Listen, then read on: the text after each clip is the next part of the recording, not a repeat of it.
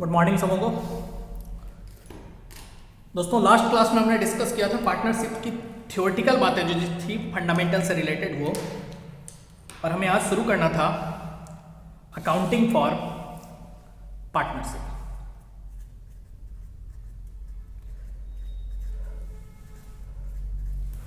यानी कि हमें आज पढ़ना है कि कैसे हम एक पार्टनरशिप फर्म की अकाउंटिंग करेंगे। देख, अकाउंटिंग आप पार्टनरशिप फर्म की करें, सोल प्रोप्राइटरशिप की करें, कंपनी की करें। हमने 11th क्लास में एक कॉन्सेप्ट पढ़ा था कि सारे अकाउंट जो हम मेंटेन करते हैं वो मेंटेन करते हैं हम डबल एंट्री सिस्टम में। अकाउंटिंग हमारी होती है डबल एंट्री सिस्टम में, और इस डबल एंट्री सिस्टम में क्या होता था, सबसे पहले किसी भी ट्रांजैक्शन को हम रिकॉर्ड करते थे जर्नल में। जर्नल से फिर हम प्रिपेयर करते थे लेजर। लेजर के बाद हम बनाते थे ट्रायल बैलेंस, और ट्रायल बैलेंस की सहायता से बनता था हमारा trading and profit and loss account. इस trading and profit and loss account में जाके हमें पता चलता था कि हमारे बिजनेस ने क्या प्रॉफिट अर्न किया है। सोल प्रोप्राइटरशिप में वो सारा का सारा प्रॉफिट किसी एक पर्सन का होता था, इसलिए हम उस सारे प्रॉफिट को ले जा करके ऐड कर देते थे। कहाँ? तो फिर हम बनाते थे बैलेंस शीट। लेकिन सोल प्रोप्राइटरशिप और पार्टनरशिप में डिफरेंस क्या है कि सोल प्रोप्राइटरशिप में सिंगल ऑनर हुआ करता था, पार्टनरशिप में जो बिजनेस के ऑनर हैं वो मल्टीपल हैं।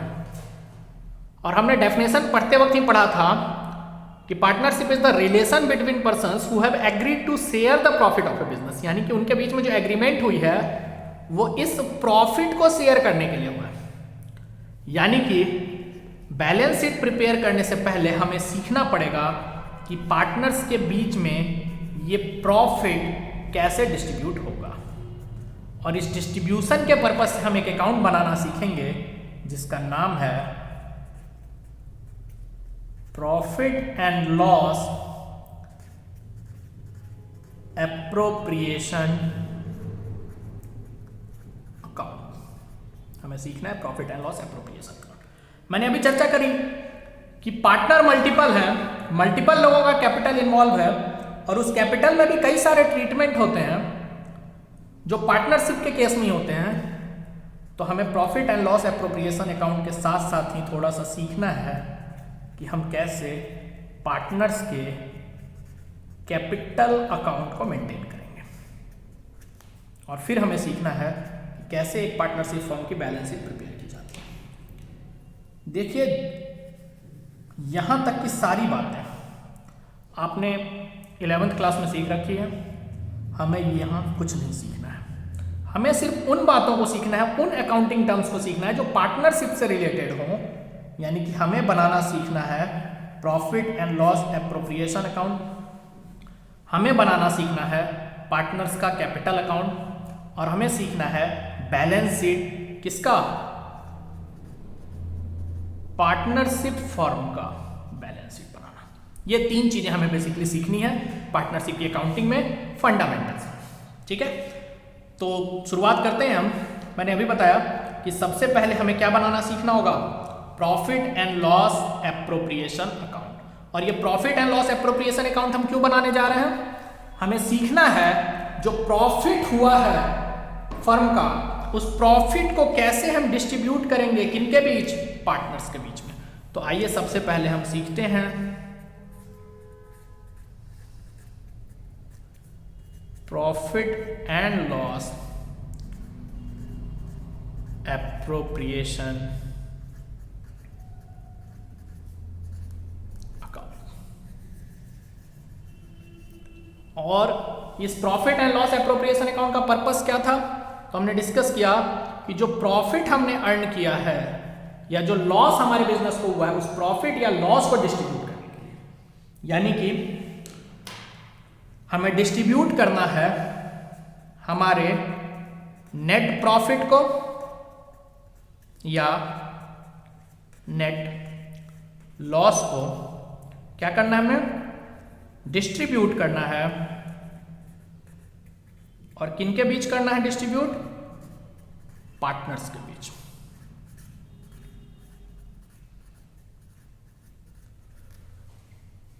एक चीज आपको पता होगा, सब लोग अकाउंटिंग रूल पढ़ के आए हुए हैं, गोल्डन रूल पढ़ के आए हुए हैं अकाउंट्स का। जो भी प्रॉफिट होता है हमारा, किसी भी प्रॉफिट का बैलेंस हमेशा क्रेडिट बैलेंस होता है और लॉस का बैलेंस हमेशा डेबिट बैलेंस होता है। प्रॉफिट हमेशा क्रेडिट बैलेंस होता है। आइए हम बनाना सीखते हैं profit and loss appropriation account, कैसे इसकी फॉर्मेटिंग होती है, कैसे हम इस profit and loss appropriation account को बनाते हैं।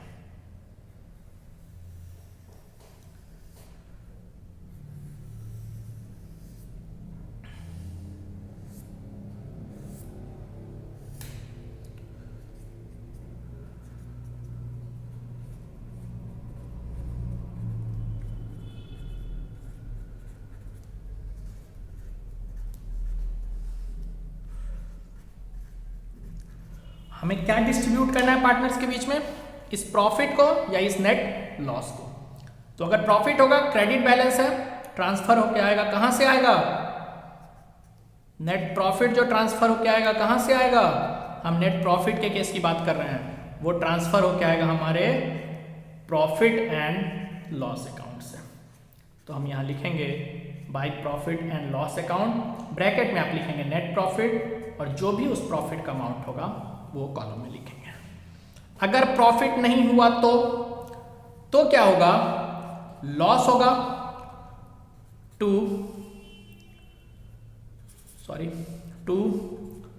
प्रॉफिट एंड लॉस अकाउंट, और क्या है वो हमारा नेट लॉस है, उसे आप ट्रांसफर करके profit and loss appropriation account में लेके आएंगे। लेकिन एक चीज का हमेशा ध्यान रखेंगे, या तो प्रॉफिट ट्रांसफर होके आएगा या लॉस ट्रांसफर होके आएगा, दोनों ही चीजें एक साथ ट्रांसफर होके नहीं आ सकती। ठीक है, अब हमें इस प्रॉफिट को या इस लॉस को पार्टनर्स के बीच में क्या करना है? डिस्ट्रीब्यूट करना है। तो आइए हम आगे सीखते हैं कि profit and loss appropriation account में क्या क्या ट्रीटमेंट होते हैं। फॉर्मेट कैरी करते हैं हम।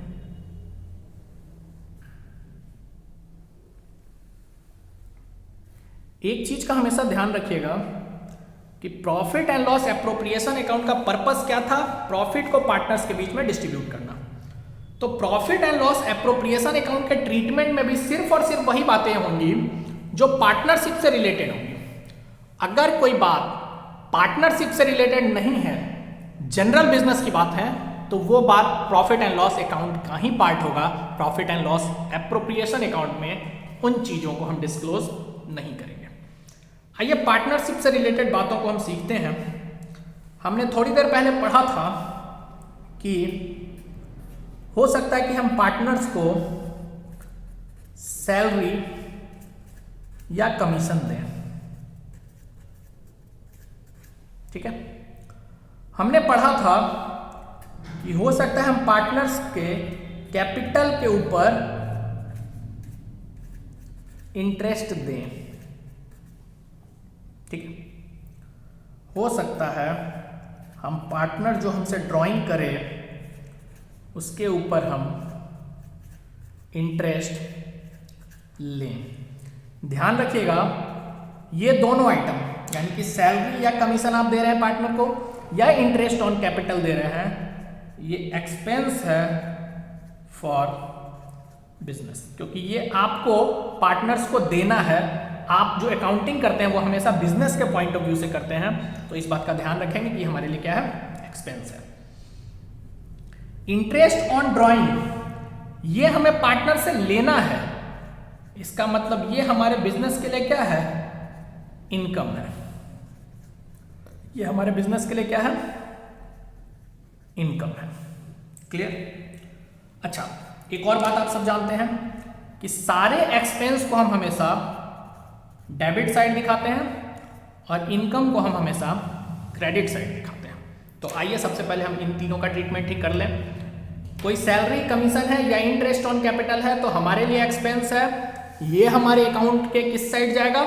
Debit side. तो आइए, टू सैलरी है तो सैलरी लिखेंगे और कमीशन है तो आप कमीशन लिखेंगे।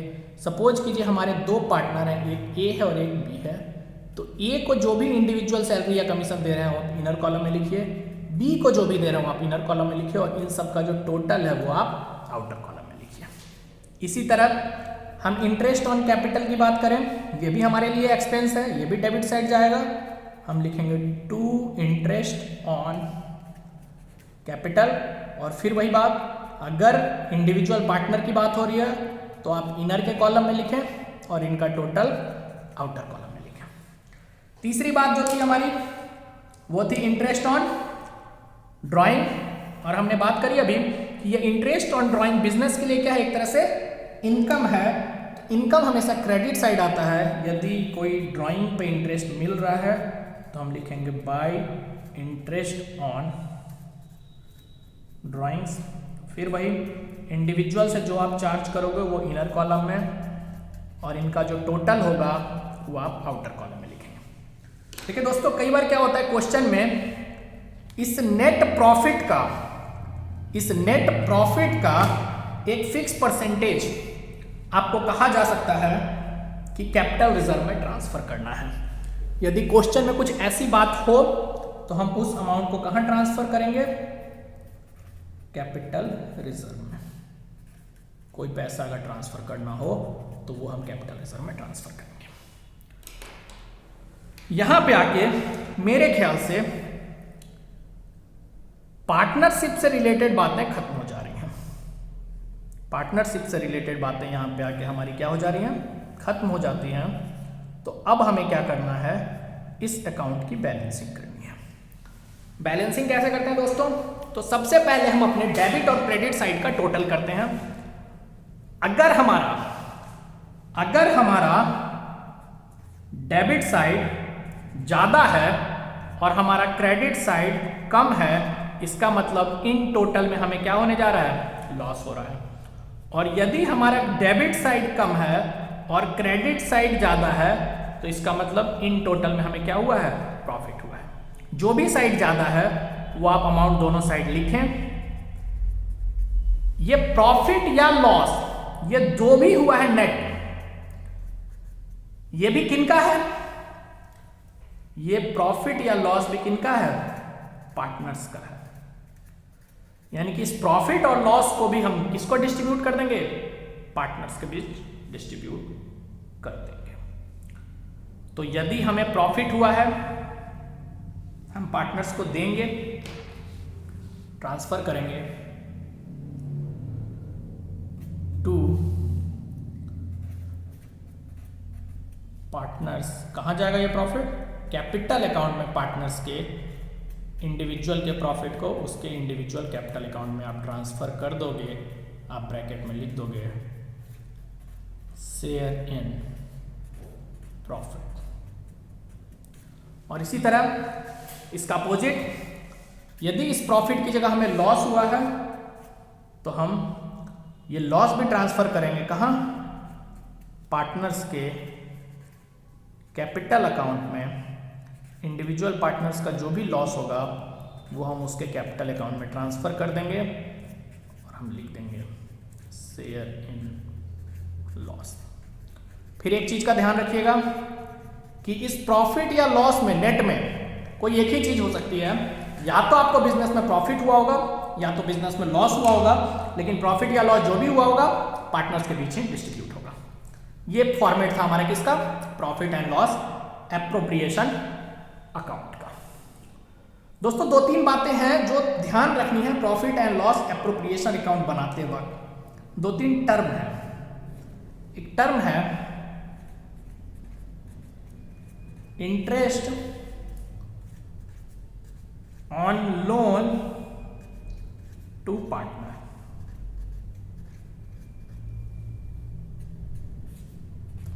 टर्म है मैनेजर कमीशन। ध्यान रखिएगा दोस्तों कि ये दोनों ही चीजें हमारे बिजनेस के लिए चार्ज होती हैं।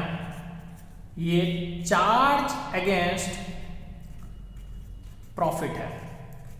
चार्ज अगेंस्ट प्रॉफिट होने का मतलब है कि हर सिचुएशन में आपको ये हर हाल में पे करना है, आप इस चीज से बच नहीं सकते। कई बार क्वेश्चन में आपको कंफ्यूज करने के लिए profit and loss appropriation account के साथ इन बातों का जिक्र किया हुआ मिल जाएगा।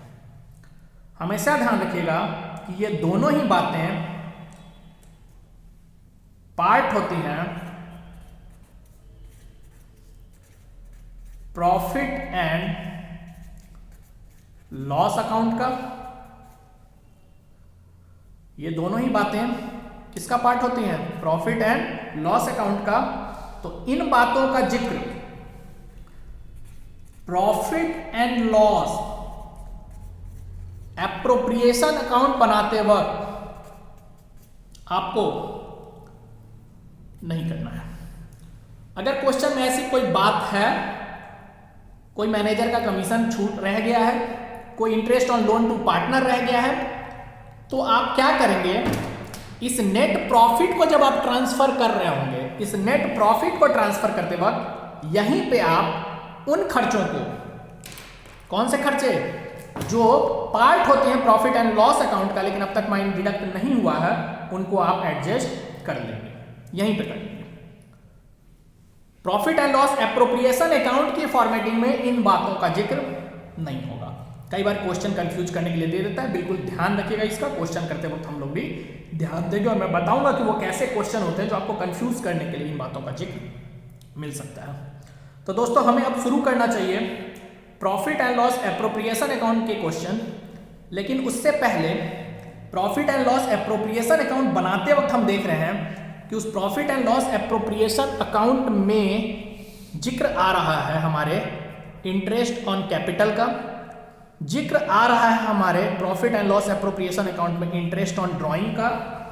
तो बेहतर होगा profit and loss appropriation account के क्वेश्चन शुरू करने से पहले हम एक बार ये इंटरेस्ट ऑन कैपिटल निकालना सीख लें, हम सीख लें इंटरेस्ट ऑन ड्राइंग निकालना, और फिर हम profit and loss appropriation account के क्वेश्चन पे प्रैक्टिस शुरू करते हैं। तो दोस्तों हम शुरू करते हैं सबसे पहले इंटरेस्ट ऑन कैपिटल निकालना या इंटरेस्ट ऑन ड्राइंग निकालना। क्या कहते हो आप लोग? Interest on drawing. चलिए हम शुरू करते हैं इंटरेस्ट ऑन ड्राइंग। आज की बात हमें सीखना है क्या? हमें सीखना है कैलकुलेशन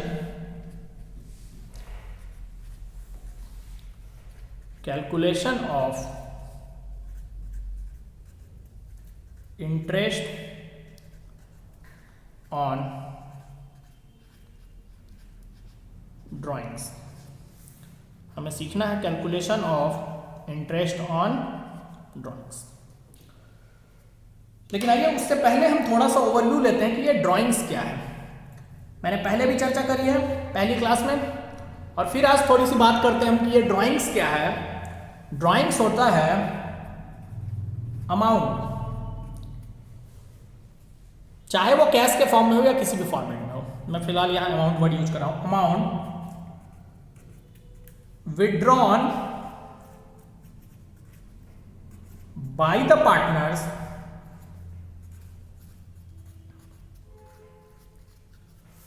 from business या firm for personal use। Partners के द्वारा अपने पर्सनल यूज से यदि कोई पैसा या इन फॉर्म ऑफ काइंड कुछ भी विड्रॉ किया जाता है पर्सनल यूज से, तो वो क्या है? ड्राइंग है। देखिए ये ड्राइंग जनरली जो है किसी भी फर्म में या खास करके बिजनेस में दो तरीके से हो सकती है। वो दो तरीके क्या क्या है ड्राइंग करने के? ड्राइंग करने के दो तरीके क्या क्या हैं, हम आज इस तरीके पे बात करेंगे और फिर हम सीखेंगे कि कैसे उन तरीकों पे हमें इंटरेस्ट का कैलकुलेशन करना है। आइए सबसे पहले हम जानते हैं वो दो तरीके क्या हैं ड्राइंग करने के। ड्राइंग करने का एक तरीका होता है कि आप इक्वल अमाउंट विड्रॉ करो at equal interval of time. क्या कहने का मतलब है, आप जो पैसा विड्रॉ करोगे, जो अमाउंट विड्रॉ करोगे वो हमेशा इक्वल अमाउंट विड्रॉ करोगे। सपोज आप 5,000 विड्रॉ कर रहे हो तो जब भी आपकी ड्राइंग होगी वो 5,000 रुपए के लिए ही होगी। 7,000 रुपए विड्रॉ कर रहे हो तो आपकी ड्राइंग जब भी होगी वो 7,000 रुपए के लिए होगी। और दूसरा क्या इक्वल है, टाइम इंटरवल इक्वल है, यानी कि दो ड्राइंग के बीच में जो आपका गैप होना चाहिए वो भी इक्वल होना चाहिए। अगर आप दो ड्राइंग के बीच में 1 महीने का गैप रख रहे हो तो वो 1 महीने का गैप ही हमेशा होगा। 2 महीने का गैप रख रहे हो तो 2 ही महीने का गैप हमेशा होगा। 3 महीने का गैप रख रहे हो तो हमेशा 3 महीने के अंतराल पर ही पैसा विड्रॉ करोगे। मतलब आपने एक नियम कायदा कानून बना लिया है अपने लिए ही कि हाँ भाई मैं एक जॉब वाले पर्सन की तरह जो पैसा विड्रॉ करूंगा वो भी फिक्स अमाउंट विड्रॉ करूंगा और जो इंटरवल होगा अमाउंट विड्रॉ करने का वो भी मेरा क्या होगा, फिक्स होगा। ठीक है, घर में पहले ही कह दिया इसने अपनी पत्नी को कि भाई ये अमाउंट मैं इस दिन आपको हमेशा दे दिया करूंगा, इसके अलावा कुछ नहीं। कुछ बिजनेसमैन हो सकते हैं जिनके यहाँ कोई नियम कायदा कानून नहीं है, उसकी जब मर्जी आती है जितनी मर्जी आती है उतना पैसा विड्रॉ कर लेता है, यानी कि अनइक्वल अमाउंट विड्रॉ करते हैं वो एट अनइक्वल इंटरवल। यहां ध्यान रखिएगा, इक्वल अमाउंट विड्रॉ हो रहा था और यहां अनइक्वल अमाउंट विड्रॉ हो रहा है और जो टाइम गैप है वो भी क्या है आपका, अनइक्वल है। दोनों तरह से ड्राइंग होती है, एक सिद्धांत के साथ, एक जब मर्जी आए जितनी मर्जी आए बिजनेस से पैसे लेके चलती है। हमें इन दोनों ही तरह के ड्राइंग का इंटरेस्ट कैलकुलेट करना सीखना है। आइए हम बात करते हैं सबसे पहले कि यदि अनइक्वल अमाउंट विड्रॉ हो रहा हो अनइक्वल इंटरवल ऑफ टाइम से तो कैसे हम इंटरेस्ट कैलकुलेट करेंगे। देखिए, जब अनइक्वल अमाउंट विड्रॉ हो रहा हो और अनइक्वल इंटरवल ऑफ टाइम पे विड्रॉ हो रहा हो तो दो तरीके से आप इंटरेस्ट का कैलकुलेशन कर सकते हैं। एक सिंपल मेथड से और दूसरा प्रोडक्ट मेथड से। सिंपल मेथड से और प्रोडक्ट मेथड से, इन दोनों ही मेथड को समझने से पहले आइए हम एक एग्जांपल लेते हैं। सपोज कीजिए कि एक कोई पर्सन है जो बिजनेस करता है और वो पैसे विड्रॉ करता है बिजनेस से। मैं लिखने जा रहा हूँ डेट ऑफ ड्राइंग और मैंने लिखने जा रहा हूँ अमाउंट के बारे में। ठीक है, ये दोनों चीज़ें मैं आपको लिख रहा हूँ, आप भी कॉपी करें और फिर हम इस क्वेश्चन को सॉल्व करेंगे। पहली बार जब इसने ड्राइंग करी 1 अप्रैल 17 को ड्राइंग करी। ठीक है, फिर इसने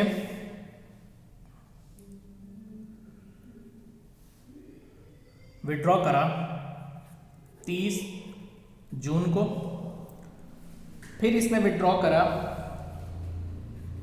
31 जुलाई को, फिर इसने विड्रॉ करा 31 अक्टूबर को, विड्रॉ करा इसने 1 जनवरी को और फिर इसने ड्राइंग करी 31 मार्च को। ठीक है, ये डेट ऑफ ड्राइंग पे जो अमाउंट ड्रॉ किया इसने, कभी 2000 कर लिया, कभी 5000, कभी 4000, कभी 2000, कभी 3000, कभी 5000। ठीक है, आइए सबसे पहले देखते हैं ये अनइक्वल कैसे है। देखिए, पहली ड्राइंग जो की गई वो 1 अप्रैल को की गई और 1 अप्रैल के बाद पूरे अप्रैल कोई ड्राइंग नहीं है, पूरे मई कोई ड्राइंग नहीं है और जून के आखिर में जाके यानी कि अगर मैं बात करूं टाइम पीरियड की, तो वो चर्चा मैं बाद में करूंगा। मैं बात करूं कि ड्राइंग के बीच में जो गैप है पहली बार, वो कितने महीने का गैप है?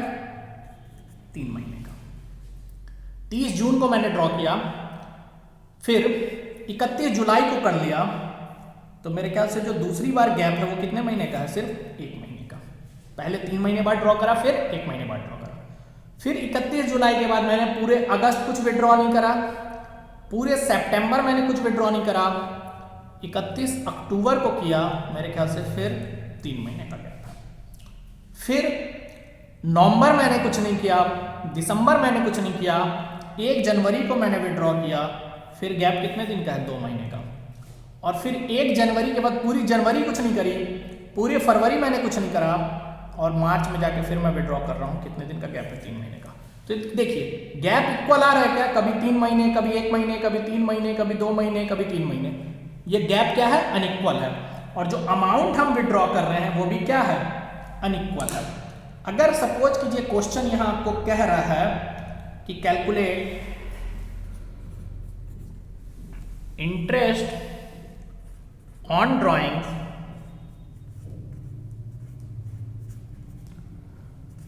For the year 2017-18 if the rate of interest on drawing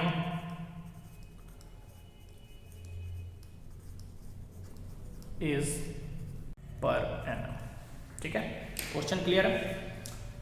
date of drawing given है, अमाउंट ऑफ ड्राइंग गिवन है, आइए हमें कैलकुलेट करना है क्या? इंटरेस्ट। चलिए हम सबसे पहले सीखते हैं कि कैसे इंटरेस्ट का कैलकुलेशन होगा। किस मेथड में? सिंपल मेथड में। तीसरा कॉलम जो मैंने लिया है वो मैंने लिया है टाइम पीरियड। कौन सा टाइम पीरियड? वो टाइम पीरियड जिसके लिए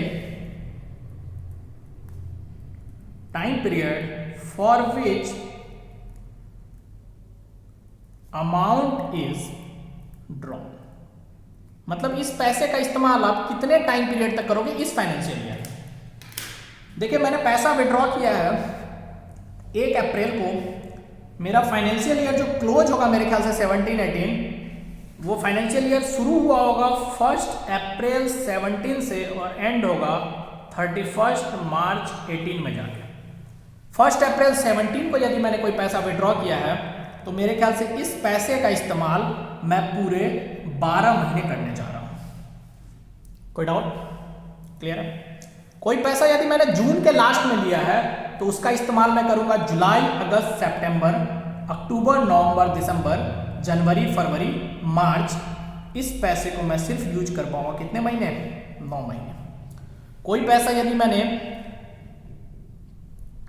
जुलाई एंड में लिया है तो उसका यूज मैं करूंगा अगस्त, सितंबर, अक्टूबर, नवंबर, दिसंबर, जनवरी, फरवरी, मार्च। कितने महीने? 8 महीने। पैसा मैंने विड्रॉ किया है अक्टूबर के लास्ट में, मैं यूज करूंगा इसे नवंबर, दिसंबर में इस साल में 17 में, और 3 महीने अगले साल, मतलब टोटल मैं यूज करूंगा 5 महीने। कोई पैसा मैंने ड्रॉ किया 1 जनवरी को तो पूरी जनवरी यूज करूंगा, पूरे फरवरी यूज करूंगा और पूरे मार्च यूज करूंगा। उसके बाद हमारा ईयर क्लोज हो जाएगा। तो ये मैं कर रहा हूं 3 महीने यूज, और ये मैं 31 मार्च को यदि कुछ विड्रॉ कर रहा हूं तो ये मैं 1 दिन भी यूज नहीं कर पा रहा हूं। ठीक है, क्लियर है? अब देखिए सिंपल मेथड में इंटरेस्ट निकालना बिल्कुल सिंपल नाम की तरह है। आप कैसे निकालोगे? जो पैसा विड्रॉ किया गया कितने दिन के लिए किया गया और रेट ऑफ इंटरेस्ट क्या है। पीआरटी आप सब पढ़ चुके, सिंपल इंटरेस्ट। आप निकालोगे 2000 रुपए मैंने विड्रॉ किया, रेट ऑफ इंटरेस्ट है मेरा 10%, और ये पैसा मैंने ड्रॉ किया है 12 मंथ के लिए। इसको मैं ईयर में कन्वर्ट कर दूंगा, ना भी करते तो भी चलता है इसमें। ये पैसा कितने रुपए है? 5000 रुपए। रेट ऑफ इंटरेस्ट है 10% और मैं यूज करूंगा 9 मंथ इसको ईयर में कन्वर्ट करने के लिए 12 से डिवाइड करने, क्योंकि एक साल में 12 महीने होते हैं। यहाँ 4,000 रुपये मैंने विड्रॉ किया, 10% का रेट ऑफ इंटरेस्ट है, और ये यूज करूंगा मैं सिर्फ 8 महीने। 2,000 रुपये 10% का रेट ऑफ इंटरेस्ट, 5 महीने हैं, ईयर में कन्वर्ट कर दीजिए। और 3,000 रुपये 10% का रेट ऑफ इंटरेस्ट यूज करूंगा मैं 3 महीने, ईयर में कन्वर्ट कर दीजिए। इन सब का जो टोटल इंटरेस्ट होगा, इन सब का जो टोटल इंटरेस्ट होगा वही होगा मेरा टोटल इंटरेस्ट ऑन ड्राइंग, जो मुझे इस पर्सन से लेना है। किस मेथड की बात मैं कर रहा हूं? सिंपल मेथड की। सिंपल मेथड नाम की तरह सिंपल है। आप जितनी बार पैसे विड्रॉ कर रहे हो और जितना अमाउंट विड्रॉ कर रहे हो, हर अमाउंट के लिए उस टाइम पीरियड के लिए अलग अलग इंटरेस्ट कैलकुलेट कीजिए और फिर उसका टोटल निकाल लीजिए। जो भी टोटल होगा वो टोटल इंटरेस्ट ऑन ड्राइंग बनेगा।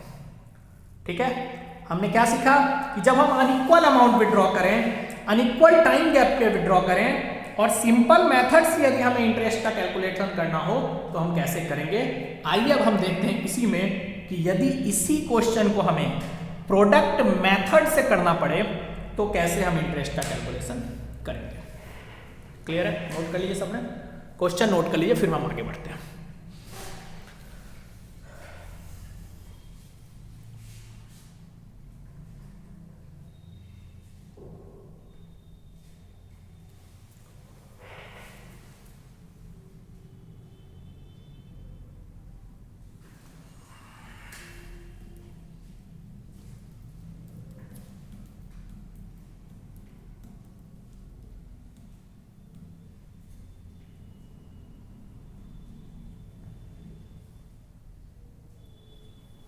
आई थिंक सबने कॉपी कर लिया होगा। आगे चलते हैं हम और इसी क्वेश्चन को हम प्रोडक्ट मेथड से निकालने की कोशिश करते हैं। आइए, प्रोडक्ट मेथड से हम बात करते हैं इसी क्वेश्चन की, कैसे प्रोडक्ट मेथड के थ्रू कैलकुलेशन होगा। आइए, सबसे पहले क्वेश्चन को कॉपी कर लें एक बार फिर से।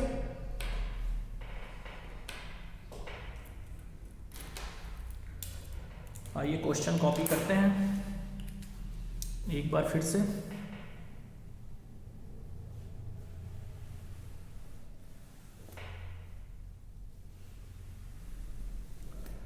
सबसे पहला कॉलम था मेरे ख्याल से हमारा डेट ऑफ ड्राइंग, फिर हमने निकाला था कितना अमाउंट हम विड्रॉ कर रहे हैं।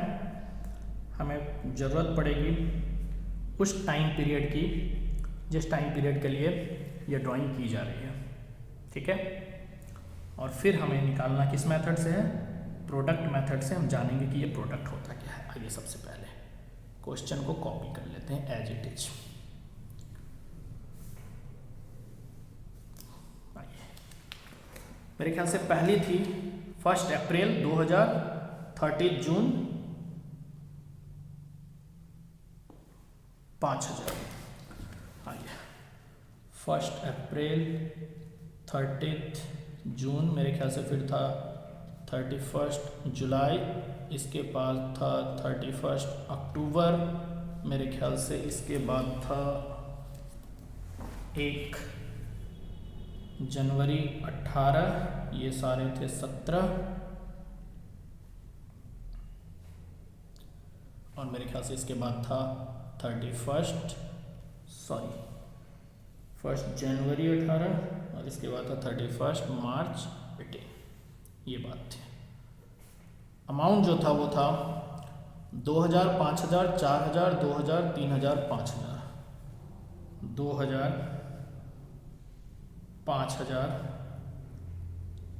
4,000, 3,000, 2,000, 5,000, 4,000, 2,000।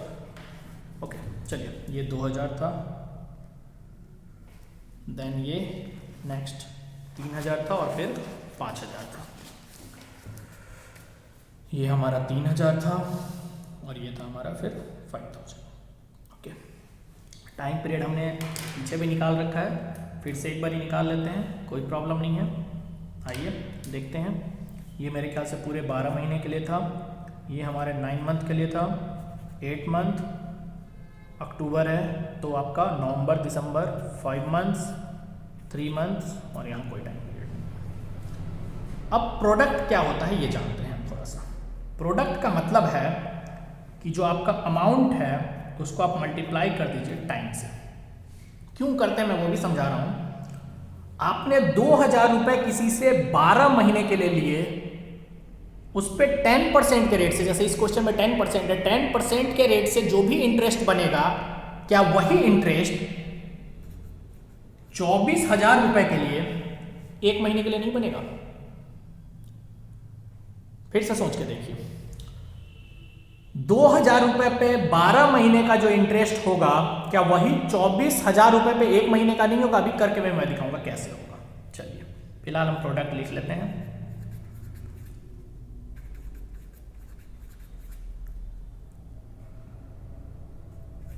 $10,000, 9,000 और ये कुछ भी नहीं है। आइए हम अब देख लेते हैं कि हमारा टोटल प्रोडक्ट कितना निकला है।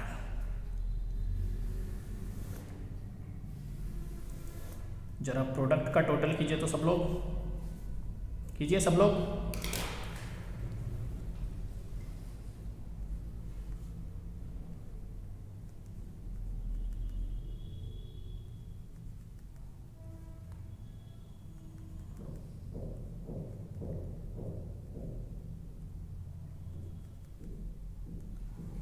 मेरा आ रहा है 1,20,000 रुपये। सब लोग अपना अपना कीजिए। 1,20,000 रुपये। अब जरा गौर कीजिए ये हमने किया क्या है, ये प्रोडक्ट निकाल के। मेरे ख्याल से जो इंटरेस्ट का फॉर्मूला होता है, सिंपल इंटरेस्ट का, वो फॉर्मूला होता है P into R into T upon 100। Clear? चलिए हम पहले केस में ही देखते हैं। अमाउंट है हमारा प्रिंसिपल 2000, रेट है हमारा 10% और टाइम है हमारा पूरा 12 मंथ का। ठीक है, ईयर में कन्वर्ट करने की जरूरत नहीं है, पूरे 1 साल की बात है। फिर भी अगर लिखना हो तो आप ऐसे लिख सकते हैं। निकाल के देखते हैं हम इस पे क्या निकलता है।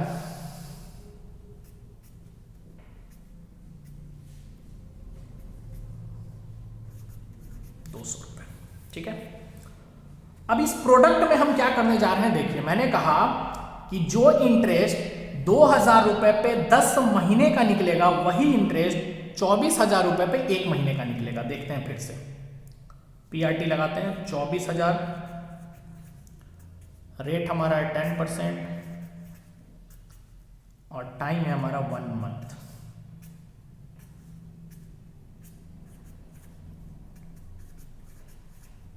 ₹200 ऐसे भी निकल रहा था, 200 ऐसे। देखिए बेसिकली हो क्या रहा है। पहले फॉर्मूले में हमने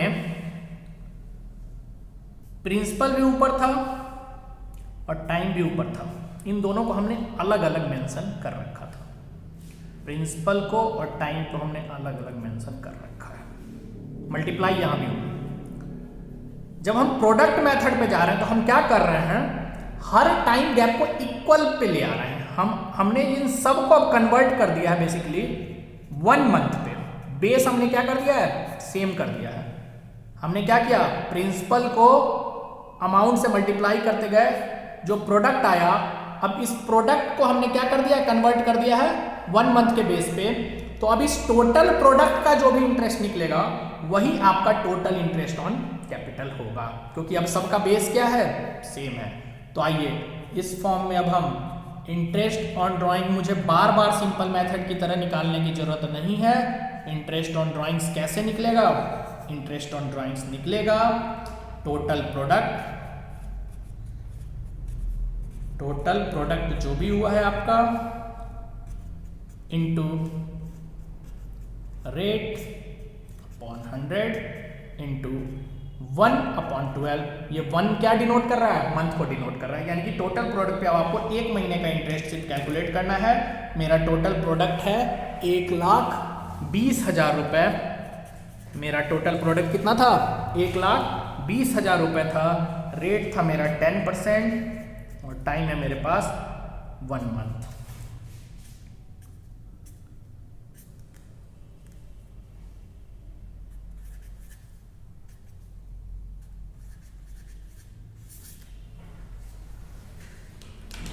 कितने रुपए, 1,000 रुपये।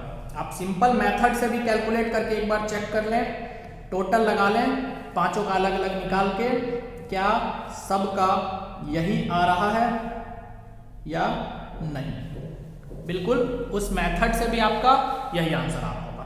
तो सिंपल मेथड में जहां हमने सीखा था, हर इंडिविजुअल ड्राइंग के लिए इंडिविजुअली इंटरेस्ट कैलकुलेट कीजिए और फिर उस सारे इंटरेस्ट का क्या कर लें, आप टोटल कर लें। प्रोडक्ट मेथड में आपने क्या किया, हर इंडिविजुअल ड्राइंग का बेस आपने सबसे पहले सेम किया, बेस को आपने कहां कन्वर्ट कर दिया, सारे बेस को हम 1 मंथ पे लेके चले गए और उस 1 मंथ के लिए हमने टोटल प्रोडक्ट का इंटरेस्ट जो कैलकुलेट किया वही आपके टोटल ड्राइंग पे इंटरेस्ट होगा। तो ये 2 मेथड से, ये 2 मेथड कब फॉलो होने हैं, जबकि आप इक्वल अमाउंट विड्रॉ कर रहे हो और जो टाइम गैप हो, सॉरी अनइक्वल अमाउंट विड्रॉ कर रहे हो और जो टाइम गैप हो 2 ड्राइंग के बीच का वो भी क्या रहा हो, अनइक्वल रहा हो, तो हमें ये मेथड फॉलो करना है, सिंपल मेथड या प्रोडक्ट मेथड। प्रोडक्ट मेथड में थोड़ा सॉल्यूशन जल्दी आ जाएगा क्योंकि आपको एक बार ही कैलकुलेशन करना है। सिंपल मेथड में जितनी बार ड्राइंग होगी उतनी बार आपको इंटरेस्ट का कैलकुलेशन इंडिविजुअली करना पड़ेगा और फिर आप उसके टोटल इंटरेस्ट को जोड़ लेंगे। तो ये फर्क था, हमने देखा उस ड्राइंग के बारे में जब हम अनइक्वल अमाउंट विड्रॉ करते हैं और जो टाइम गैप होता है वो भी क्या होता है, हमारा अनइक्वल होता है। ठीक है, आगे हम सीखने जा रहे हैं कि जब हम इक्वल अमाउंट विड्रॉ करें और जो टाइम गैप हो हमारा वो भी क्या हो, इक्वल हो, तो इस केस में कैसे हमें इंटरेस्ट का कैलकुलेशन करना है। आइए शुरू करते हैं। मेरे ख्याल से सबने ये कॉपी कर लिया, फिर भी मैं 1 मिनट का टाइम दे रहा हूं, आप लोग फटाफट कॉपी कर लें।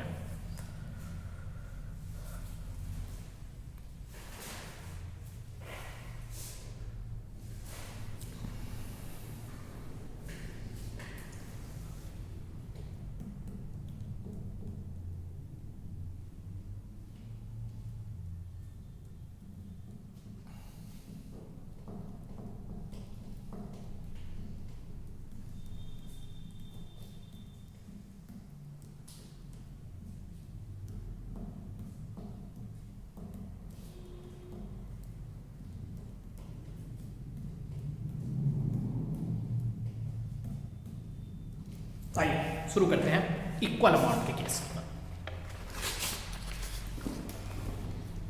अब हम क्या करने जा रहे हैं, अब हम इक्वल अमाउंट विड्रॉ करने जा रहे हैं इक्वल इंटरवल ऑफ टाइम पे। हमें सीखना है calculation of interest on drawings, और किस केस में हमें सीखना है calculation of interest on drawing, when equal amount withdraw at equal interval of. ठीक है, देखिए जब आप इक्वल अमाउंट विड्रॉ करते हैं इक्वल इंटरवल ऑफ टाइम पे, तो जो सिचुएशन आपके सामने है या जो पॉसिबिलिटी हम कह सकते हैं, वो ड्राइंग को कितने तरीके से आप कर सकते हैं। देखिए जब हम इक्वल अमाउंट विड्रॉ करेंगे और इक्वल इंटरवल ऑफ टाइम पे विड्रॉ करेंगे, तो देखिए हम ड्राइंग 4 तरीके से कर सकते हैं बेसिकली। एक, हम इक्वल अमाउंट ड्रॉ कर सकते हैं, मंथली कर सकते हैं through out the year, through out the year. यानी कि हम एक फिक्स अमाउंट विड्रॉ कर रहे हैं, हर महीने कर रहे हैं, और ऐसा हम पूरे साल कर रहे हैं। मतलब अप्रैल में भी कर रहे हैं, मई में भी विड्रॉ कर रहे हैं, जून में भी कर रहे हैं, जुलाई में भी कर रहे हैं, पूरे अगले मार्च तक हम करते जा रहे हैं। इस केस में जो हम टोटल ड्राइंग करेंगे, टोटल नंबर ऑफ ड्राइंग करेंगे, वो कितनी बार करेंगे? 12 बार। ध्यान रखिएगा, हर महीने अगर विड्रॉ कर रहे हैं तो मैं साल में कितनी बार ड्राइंग करूंगा? 12 बार।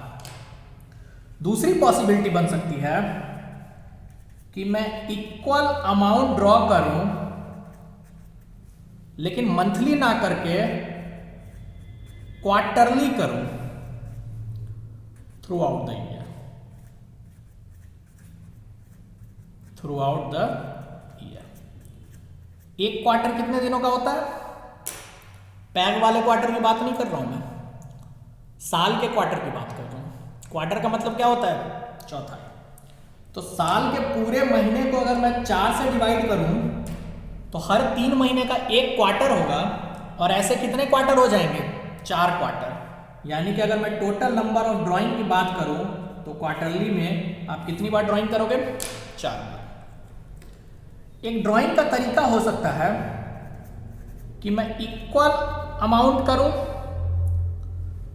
मंथली करूं, लेकिन मैं थ्रू आउट द ईयर ना करूं। ऐसा मैं सिर्फ 6 महीने तक करूं।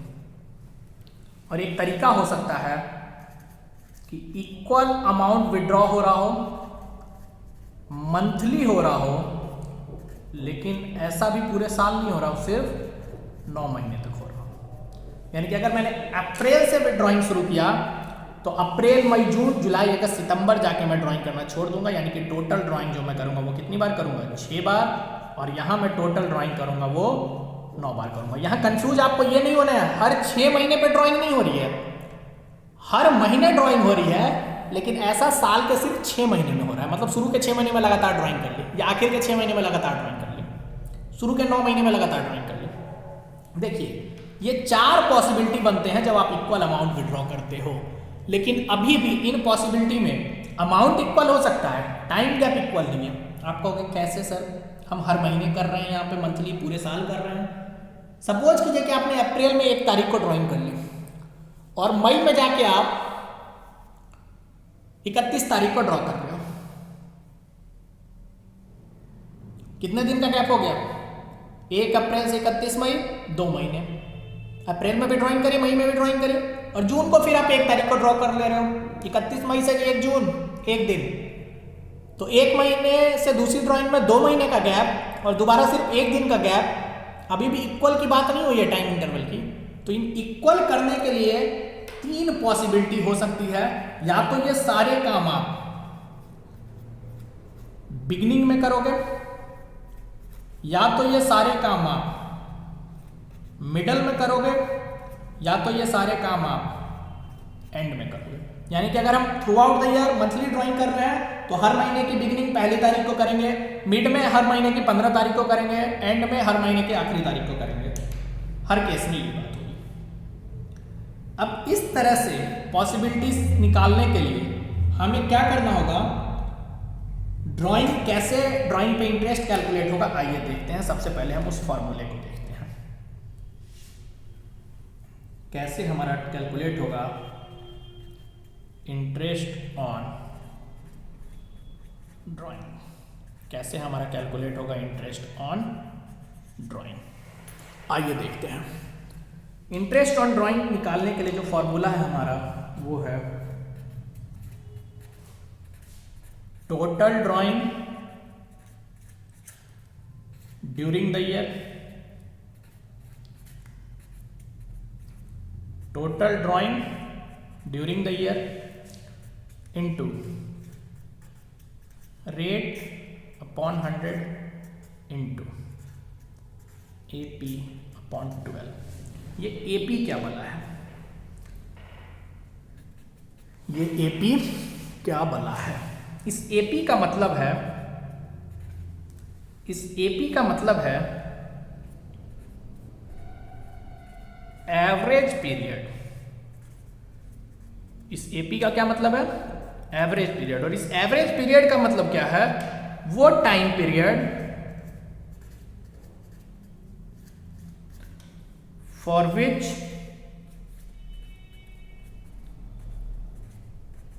Interest is to be calculated. वो टाइम पीरियड जिसके लिए हम अपने इंटरेस्ट का कैलकुलेशन करेंगे उसे हम क्या कहते हैं, एवरेज पीरियड। और ये एवरेज पीरियड हमें निकालना सीखना है। या तो आप रटोगे इसे या तो आप इसे निकालना सीखोगे। कैसे निकालना सीखना है आइए देखते हैं। एक बात आप सब बताएं हम मुझे, अगर मैं मंथली ड्राइंग कर रहा हूं थ्रू आउट द ईयर, तो ड्राइंग की पॉसिबिलिटी साल के कितने महीने हैं? मेरे ख्याल से ड्राइंग की पॉसिबिलिटी साल के 12 महीने है या नहीं है? साल के किसी भी महीने में ड्राइंग होगी या नहीं होगी? बिल्कुल होगी। अगर मैं क्वार्टरली ड्रॉ कर रहा हूं और ये भी थ्रू आउट द ईयर, मतलब पूरे साल की बात है, तो पॉसिबिलिटी जो है ड्राइंग की वो कितने दिन तक की है? पूरे 12 महीने पॉसिबिलिटी है। लेकिन यदि मैं मंथली ड्राइंग कर रहा हूं और ऐसा सिर्फ 6 महीने के लिए कर रहा हूं, तो मेरे ख्याल से ड्राइंग की पॉसिबिलिटी सिर्फ अप्रैल से सितंबर तक ही हो सकती है, उसके बाद नहीं हो सकती, यानी कि 6 महीने तक ही है। अक्टूबर में कोई ड्राइंग नहीं होगी, नवंबर में कोई नहीं होगी, दिसंबर में नहीं होगी, जनवरी नहीं होगी, फरवरी नहीं होगी, मार्च नहीं होगी, सिर्फ 6 महीने ड्राइंग होगी, मतलब 6 महीने ही पॉसिबिलिटी है। और अगर मैं 9 मंथ तक ड्राइंग कर रहा हूं तो ड्राइंग की पॉसिबिलिटी भी सिर्फ 9 महीने है। जनवरी, फरवरी, मार्च में किसी भी हाल में अगर आप सिर्फ 9 मंथ तक ड्राइंग कर रहे हो तो जनवरी, फरवरी, मार्च में ड्राइंग नहीं हो सकती। मतलब ड्राइंग की पॉसिबिलिटी कितने दिनों तक है, इन सारे केस में सबसे पहले मैंने वो लिख दिया। क्लियर है? दूसरी एक बात बताइए आप सब लोग, अगर मैं मंथली ड्राइंग कर रहा हूं तो 2 ड्राइंग के बीच का जो गैप होगा वो कितने दिनों का होगा? 1 महीने का। मंथली ड्राइंग का मतलब ये भाई, मंथ का मतलब क्या, 1 महीना। और अगर मैं क्वार्टरली ड्रॉ कर रहा हूं तो अभी थोड़ी देर पहले हमने चर्चा करी थी, हर 3 महीने का एक क्वार्टर होता है, यानी कि क्वार्टरली ड्राइंग में जो गैप होगा वो कितने दिनों का होगा? 3 मंथ का। यहां भी मंथली की बात है, 1 महीने का गैप होगा, यहां भी मंथली की बात है, 1 महीने का गैप होगा। अब आपको करना क्या है, सुनिए। एवरेज पीरियड निकालने के लिए जो टाइम गैप है, बिगिनिंग में आप उस टाइम गैप को प्लस कीजिए, मंथली में 1 महीने का गैप होता है। मिड में आप कुछ मत कीजिए टाइम गैप को, और एंड में आप उस टाइम गैप को क्या कीजिए, माइनस कीजिए। क्वार्टरली में मेरे ख्याल से 3 महीने का टाइम गैप होता है। बिगिनिंग में इस 3 को प्लस करके बाई 2, मिड में डायरेक्ट बाई 2, एंड में इस टाइम गैप को माइनस करके बाई 2। फिर यहाँ मंथली ही है, ड्राइंग मंथली है लेकिन सिर्फ 6 महीने तक है, कंफ्यूज नहीं होना है। मंथली ड्राइंग में बिगिनिंग में प्लस, मिड में ऐड कीजिए, और एंड में आपको टाइम गैप को क्या करना है, माइनस। बिगिनिंग में टाइम गैप को प्लस, मिड में एज इट इज, और एंड में आपको ये टाइम गैप माइनस करना है। ये माइनस क्या हो रहा है या प्लस क्या हो रहा है, मैं बार बार कह रहा हूं, ये माइनस या प्लस हो रहा है टाइम गैप। देखिए मंथली ड्राइंग में 2 ड्राइंग के बीच में टाइम गैप 1 महीने का होगा, क्वार्टरली में 3 महीने का, मंथली में 1 महीना, मंथली में। अब देखिए हमारा एवरेज पीरियड निकल के आ रहा है 6.5, 6, 5.5, 7.5, 6, 4.5,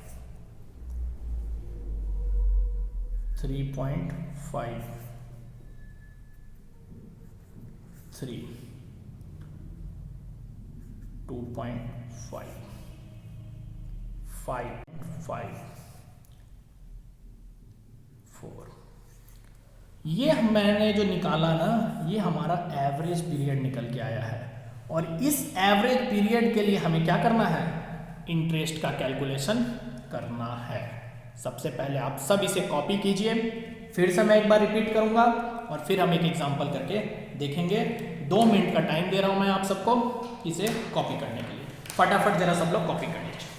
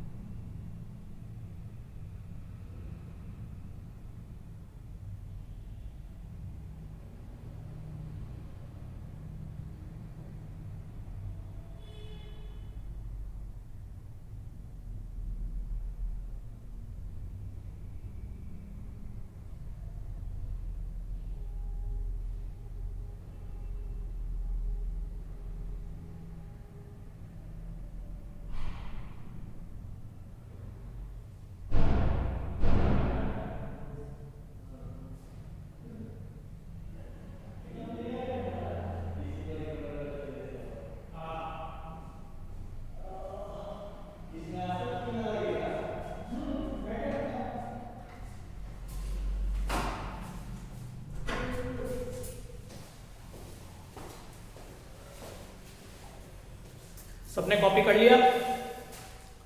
आगे शुरू करें हम एक एग्जांपल के साथ करने की कोशिश करते हैं।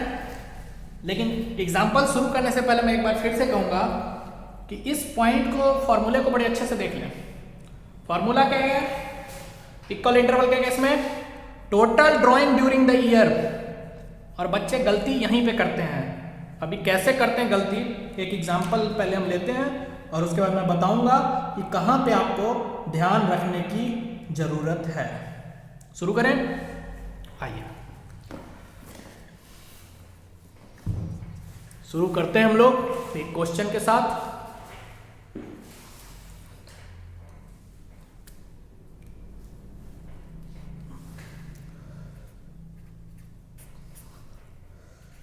कोई पार्टनर है Ram, withdraw 5,000 at end of each month and Shyam withdraw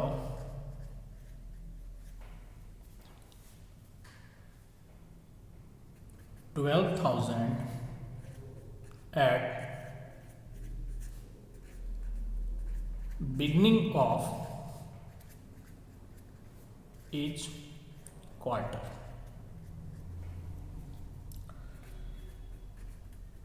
Rate of interest on drawing was 10% per annum. Calculate interest on drawing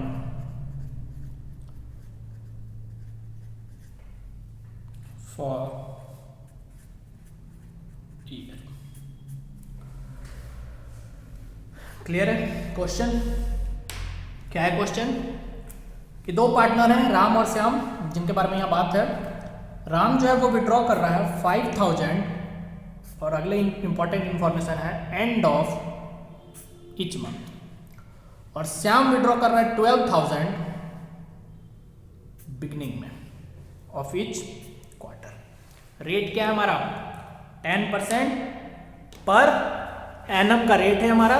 calculate करना है interest on drawing Ram and Shyam. आइए बात करते हैं सबसे पहले।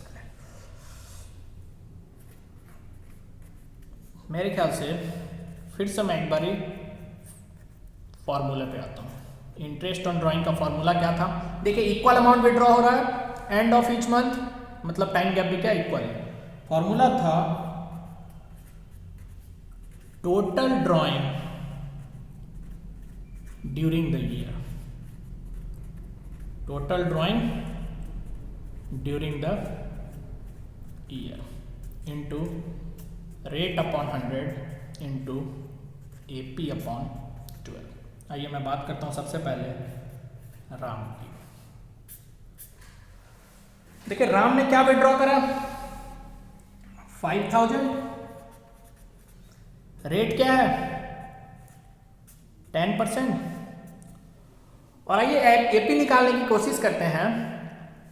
मंथली है थ्रू आउट द ईयर और मंथ के एंड की बात हो रही है। मेरे ख्याल से अगर थ्रू आउट द ईयर की बात है तो अगर मैं पॉसिबिलिटी की बात करूं तो पूरे 12 महीने की पॉसिबिलिटी और मंथली ड्राइंग हो रही है, एंड की बात है तो मैं टाइम गैप क्या कर दूंगा? माइनस कर दूंगा। यानी कि जो एवरेज पीरियड निकल के आ रहा है इस केस में वो मेरा कितना निकल के आ रहा है? 5.5। एवरेज पीरियड जो निकल के आ रहा है मेरा वो कितना निकल के आ रहा है? 5.5। ठीक है।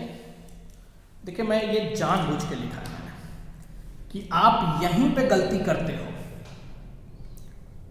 राम की ड्राइंग दे रखी थी 5,000, आपने लिख दिया 5,000, 10% का रेट है 5.5, आपने AP बिल्कुल सही निकाला, लेकिन ये कैलकुलेशन ही गलत है। फिर से फॉर्मूले पे आइए। फॉर्मूला क्या कहता है? Total drawing during the year. ये 5,000 रुपये आपकी मंथली ड्राइंग है। पूरे साल भर में आप कितनी ड्राइंग करोगे? 5000 और मंथली ड्राइंग है थ्रू आउट द ईयर, तो साल में कितनी बार ड्राइंग करोगे? 12 बार। इसका मतलब total drawing during the year कितना हो जाएगा आपका? 60,000। रेट कितना है? 10%। और एवरेज पीरियड क्या है? 5.5/12। इसे सॉल्व कीजिए। ये आपका सही कैलकुलेशन होगा इंटरेस्ट ऑन ड्राइंग का। लेकिन मैं फिर रिपीट कर रहा हूं कि गलती कहां कर जाते हैं बच्चे? अमाउंट गिवन होता है मंथली, उस मंथली अमाउंट को ही लेके वो कैलकुलेशन करने लग जाते हैं। उन्हें फॉर्मूला भी पता होता है, उन्हें सब कुछ पता है, वो एपी भी सही कैलकुलेट कर ले रहे हैं, लेकिन फिर भी आंसर सही नहीं होगा। क्यों? क्योंकि उन्होंने अमाउंट गलत ले रखा है, उन्होंने अमाउंट गलत ले रखा है। आपको यहां पे हमेशा ध्यान देने की जरूरत है। और यहां आप जब भी लेंगे वो क्या लेंगे? Total drawing during the year, ना कि मंथली, ना कि क्वार्टरली। आइए हम फिर से सीखते हैं। अब किसका निकालना? श्याम का। आइए श्याम की बात करते हैं फिर से। श्याम कैसे विड्रॉ कर रहा था? श्याम विड्रॉ कर रहा है 12,000 बिगिनिंग ऑफ ईच क्वार्टर। फिर वही बात, टोटल ड्राइंग 12,000 नहीं है, अब टोटल ड्राइंग है हमारा। क्वार्टरली ड्रॉ होगा तो साल में कितनी बार ड्राइंग होगी? 4 बार, यानी कि टोटल ड्राइंग है मेरी 48,000। कैलकुलेट कैसे होगा? 48,000 रेट क्या है? 10/100 और एवरेज पीरियड। आइए फिर से कैलकुलेट करते हैं एपी क्या होगा। बात हो रही है बिगिनिंग ऑफ क्वार्टर की, थ्रू आउट द ईयर की बात है। क्वार्टरली पूरे साल में 12 महीने, टाइम गैप जो होगा क्वार्टरली में 3 महीने का बाई 2, ये मेरे ख्याल से आ रहा है हमारा 7.5। एवरेज पीरियड क्या है हमारा? एवरेज पीरियड है हमारा 7.5 डिवाइड बाई 12। इसे सॉल्व किया जाए। ये जो सॉल्व होगा 48,000 रुपीज 10% के रेट से 7.5 मंथ के लिए जो हमारा इंटरेस्ट होगा, वही इंटरेस्ट श्याम से हमें चार्ज करना है, जो कि हमारा कितना आ रहा है? 3,000 रुपीज। तो हमेशा ध्यान रखिएगा, ये पॉइंट बड़ा वाइटल है और इस पॉइंट पे बच्चों से अक्सर गलतियां होती हैं। वो क्या करते हैं? यहाँ सिर्फ 12,000 लिख देते हैं या यहाँ सिर्फ 5,000 लिख देते हैं। तो इस पॉइंट पे आपको हमेशा इंटरेस्ट कैलकुलेट करते वक्त ध्यान रखना है। आज हमने सीखा क्या क्या? आज हमने सबसे पहले जाना कि कैसे अकाउंटिंग होती है एक पार्टनरशिप फर्म की। पार्टनरशिप फर्म की अकाउंटिंग के बारे में हमने जाना क्या फॉर्मेट होता है हमारे profit and loss appropriation account का। और इस profit and loss appropriation account में ही जिक्र आ रहा था इंटरेस्ट ऑन कैपिटल का और इंटरेस्ट ऑन ड्राइंग्स का। तो फिर हमने सबसे पहले शुरू किया कि कैसे हम कैलकुलेट करेंगे ड्राइंग पे इंटरेस्ट की। ड्राइंग के बारे में बताया कि 2 तरीके से ड्राइंग हो सकती है। एक आप इक्वल अमाउंट विड्रॉ करते जाएं इक्वल इंटरवल ऑफ टाइम पे, और एक अनइक्वल अमाउंट विड्रॉ करते जाएं अनइक्वल इंटरवल ऑफ टाइम पे। अनइक्वल अमाउंट के केस में हमने 2 मेथड से निकालना सीखा, एक सिंपल मेथड, एक प्रोडक्ट मेथड। सिंपल मेथड के केस में क्या था? जितनी बार आप ड्रॉ करो, जितने मंथ के लिए ड्रॉ करो, हर बार के लिए एक इंडिविजुअल कैलकुलेशन होगा और फिर उसका टोटल कर लेंगे। जो टोटल आएगा वही टोटल इंटरेस्ट ऑन ड्राइंग होगा। ठीक है। प्रोडक्ट मेथड में क्या था? हमने सबका बेस सेम करना सीखा कि सारे डिफरेंट पीरियड को, जिस पीरियड के लिए आपने ड्राइंग किया है, उसके बेस को हम 1 मंथ पे ले आए और फिर उस टोटल प्रोडक्ट के 1 मंथ का जो इंटरेस्ट था वही हमारे टोटल इंटरेस्ट था ड्राइंग का। फिर हमने आगे सीखा कि कैसे हम उस केस में इंटरेस्ट का कैलकुलेशन करेंगे जब हम इक्वल अमाउंट विड्रॉ कर रहे हो इक्वल इंटरवल ऑफ टाइम पे। तो उस केस में मैंने बताया सबसे पहले कि फॉर्मूला इंपॉर्टेंट है, total drawing during the year, rate upon 100, average period 12। और ये एवरेज पीरियड क्या था? ये एवरेज पीरियड था वो टाइम पीरियड जिसके लिए आपने इंटरेस्ट का कैलकुलेशन सीखा। मैंने बताया कि अगर इक्वल अमाउंट विड्रॉ करते हैं तो 4 पॉसिबिलिटी बनती है और इन चारों ही पॉसिबिलिटी में 3 केसेस बनते हैं एवरेज पीरियड निकालने का एक रफ आइडिया मैंने आपको दिया, आप इसे याद भी कर सकते हो या आप दिमाग में बिठा लीजिए कैसे हमने एवरेज पीरियड निकाला। और फिर हमने एक एग्जाम्पल को करके देखा। आप सब उम्मीद करूंगा कि अब इंटरेस्ट ऑन ड्राइंग के सारे सवाल सॉल्व करेंगे खुद से, और यदि आपको कोई भी प्रॉब्लम होगा तो कमेंट में पूछ लेंगे मेरे से। Thank you. अगली क्लास में जो हम पढ़ेंगे वो शुरू करेंगे हम calculation of interest on capital.